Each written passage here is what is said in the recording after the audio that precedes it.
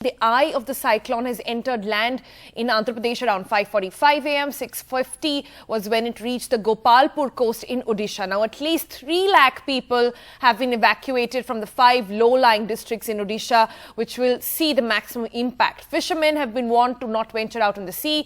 Tourists on the coastline areas have been asked to keep indoors. Schools and colleges are shut in the 5 districts. 14 NDRF teams and 8 teams of the Odisha Disaster Rapid Action Force have been deployed. The impact of wind speed 150 kilometers per hour is such that trees have been uprooted. Power and communication poles have been impacted. IMD has warned that Titli could destroy coastal houses with thatched roof, damaged roads, crops and plantation. It has also issued a storm surge warning and said it expects low-lying areas in Odisha and the neighbouring state of Andhra Pradesh to be inundated. All right, let's go across live to get some action on the ground, and that's with my colleague Monideepa Banerjee joining us from there. Monideep, first and foremost, what is the situation looking like where you are? Please describe the visuals for us.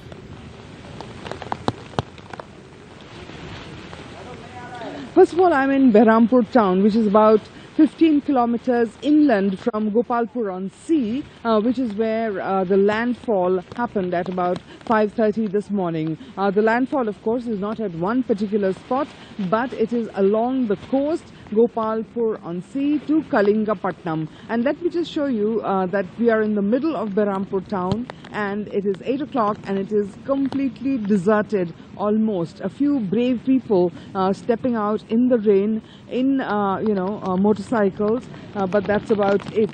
There is a couple over there I can see. They are obviously trying to get somewhere, but they don't have any transport. All transport is off the roads. Train services are suspended.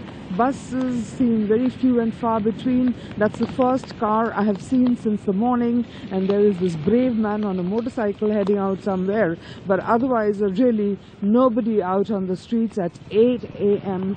today. Now, along the coast, of course, when the landfall happened, a huge amount of wind and rain and surge in the waves.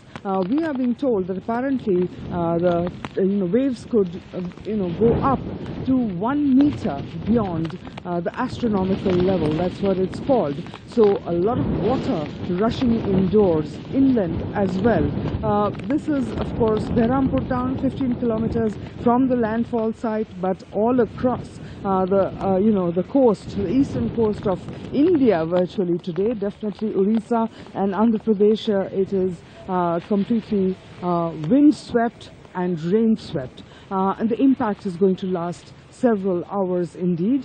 Rainfall at the moment, as you can see, is not very much, but it is completely overcast, and it could get much worse before it gets better. What we are being told by officials is, however, that because of their repeated experience with cyclones, exactly 5 years ago today, Cyclone Titli had struck this very area, and the impact was huge. It was much stronger than Cyclone Titli, and that was one of the cyclones where the entire machinery of the Odisha government came into play. It had taken lessons from the 1999 super cyclone. Shelters have been built.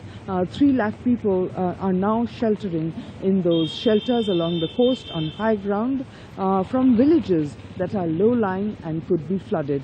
So the government, in a way, prepared for a no-casualty situation, and we just hope that at the moment that's how it seems, and we hope that it stays that way.